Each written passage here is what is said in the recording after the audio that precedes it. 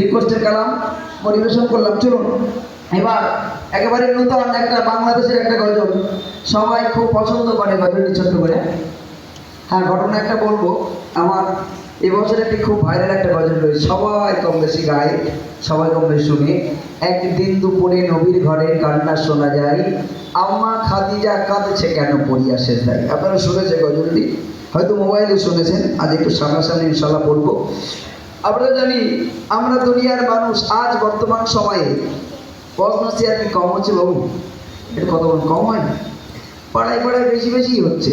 প্রতি পাড়ায় পাড়ায় তো আমাদের বাড়ি হুজুর ফাঁকনি লাগাতার যাচ্ছে, লাগাতার জলসা করতে যাচ্ছে। এক একটা জলসায় আমরা গজল বলে 1.5-2 ঘন্টা করে, মিনিমাম 3-2.5 ঘন্টা করে আমরা অনুষ্ঠান করি, একটা নাতে রসুলের অনুষ্ঠান করি বাইরে। কিন্তু বক্তারা ওয়াজ করে 1.5 ঘন্টা, এক একটা বক্তা 1.5 ঘন্টা, হাঁটলি 2 ঘন্টা, এখান থেকে আরেক জায়গায় আরেক জায়গায়। দিনের প্রচার প্রসার কম বেশি হচ্ছে। কিন্তু আপনি বুকে হাত দিয়ে বলুন, আমরা যে গোনার কাজ করতাম থেমে গেছে? হারাম খাওয়া থেমে গেছে? আমাদের ঘরের ছেলেরা আগে কম বেশি, যেমন ডাক্তারের কাছে গেলে দেখবেন, ডাক্তারের কাছে গেলে ডাক্তার শুধু রোগ বলে দেবে, আপনার এই হয়েছে, একটা প্রেসক্রাইব করে দেবে, প্রেসক্রিপশন লিখে দেবে, আপনি এই এই ওষুধটা খাবেন। এর জন্য তার ভিজিট কত? ভিজিট মিনিমাম 400, বড় ডাক্তার হলে 500। উকিলের কাছে যাবেন কোনো জমি জায়গার সমস্যা নিয়ে, গিয়ে বলবেন স্যার আমার এই ব্যাপার, আমার ভাইতে ভাইতে দ্বন্দ্ব হয়েছে, কেডা কত শতক পাবে? ও বলে দিল এই ব্যাপারে একটা ব্লু প্রিন্ট তৈরি করে দিয়ে দিল, নেবে কত? মিনিমাম 1000-1500 টাকা। তাহলে ওর শিক্ষার জন্য একটা ভিজিট নেই, একটা ডাক্তারের কাছে ডাক্তার ভিজিট নেয়, একটা মাস্টারের কাছে, জেনারেল শিক্ষিত মাস্টার, তার কাছে যদি আপনার একটা মেয়ে, ছেলে মেয়েকে আপনি ইংরাজি শিখতে দেন, তারপরে শুধু শিখতে দেবেন, ওর শিক্ষাটা শুধু আপনার মেয়েকে শিখিয়ে দেবে, পড়িয়ে দেবে, বলে দেবে যে এইখান থেকে এই পর্যন্ত পড়বে, এর জন্য কত নেবে? মান্থলি 1,500 থেকে 2,000 টাকা স্পেশাল পড়ালে মিনিমাম।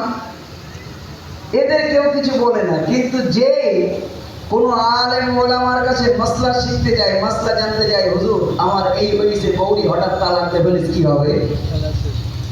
এখন হুজুর বলে তাহলে এটা এই করো, এই করো, এই মোটামুটি সলিউশন একটা বলে দিল। এখন হুজুর কি পয়সা নেবে বলে মনে হয়? আর না, হুজুর দেবে, দেবে দেবে। আর যদিও হুজুর নেয়, এক শ্রেণীর মুনাফিক মানুষ আছে, তারা বলবে হুজুরা ধর্ম ব্যবসায়ী, ঠিক কিনা?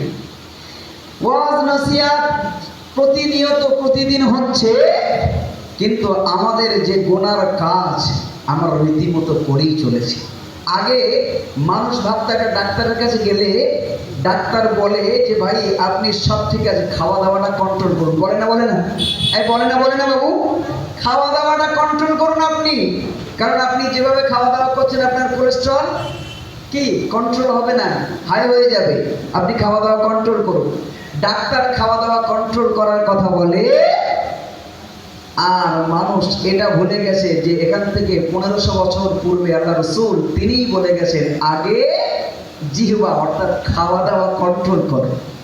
খাওয়া দাওয়া যদি কন্ট্রোল করো, যেমন গ্যাস থেকে বাঁচবে, অ্যাসিডিটি থেকে বাঁচবে, ঠিক ওরকম সুদ হারাম হালাল যদি খরচ করে কেউ চলে, সে গোনা থেকে বাঁচবে। এটাই তো ন্যাচারাল।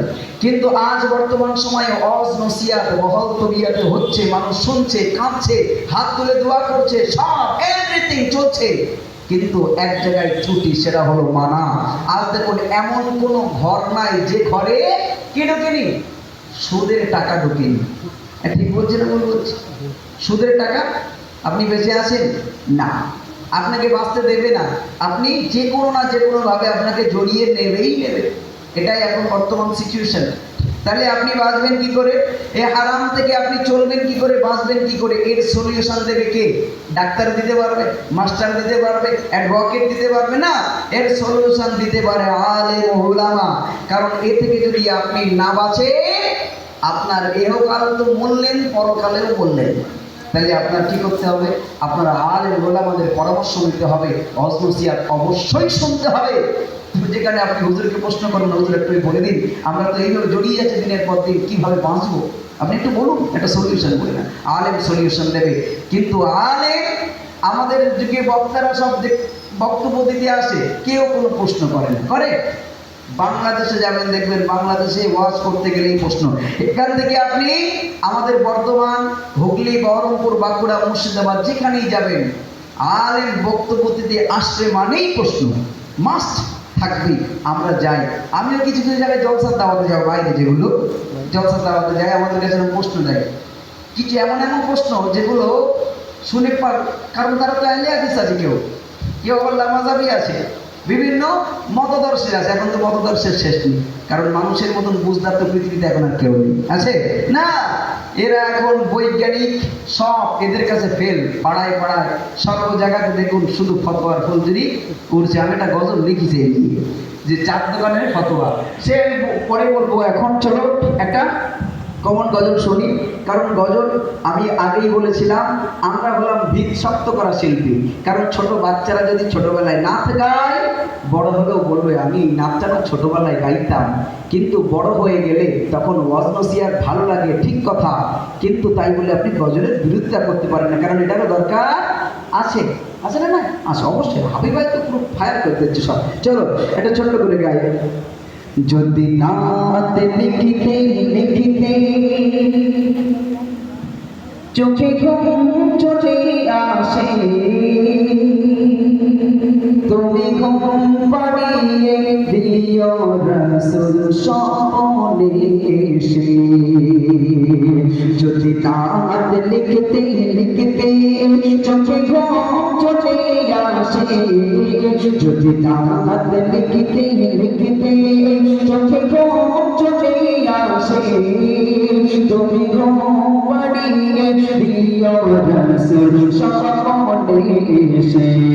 যদি নাত গাইতে গাইতে চোখে ঘুম চলে আসে, তুমি দেখা দিও রাসূল আমার চিরদিশে।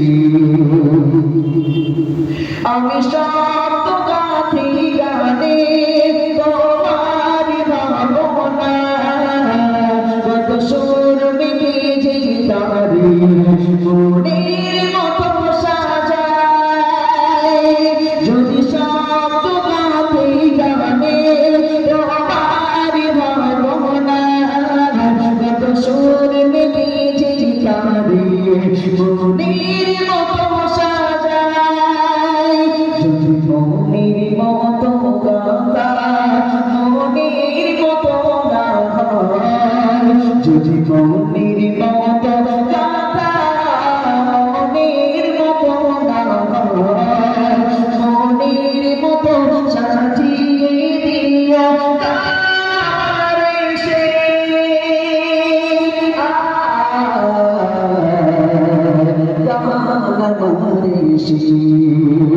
যদি নাত লিখিতে লিখিতে তুমি দেখা দিও রসনা শিরিয়সি কবুলি খার পাকে যদি ডাকে তোমার হৃদয় তুমি নূর মদিনা ছাড়ি আসবে কবি নিশ্চয় কবুলি খার পাকে যদি ডাকে তোমার হৃদয় তুমি নূর মদিনা ছাড়ি আসবে কি গো নিশ্চয় যদি রাখো সতী সতী চরণ মাটির ঘরে যদি রাখো সতী সতী চরণ মাটির ঘরে জীবন কাটিয়ে দে কথা চাপের চারি পাশে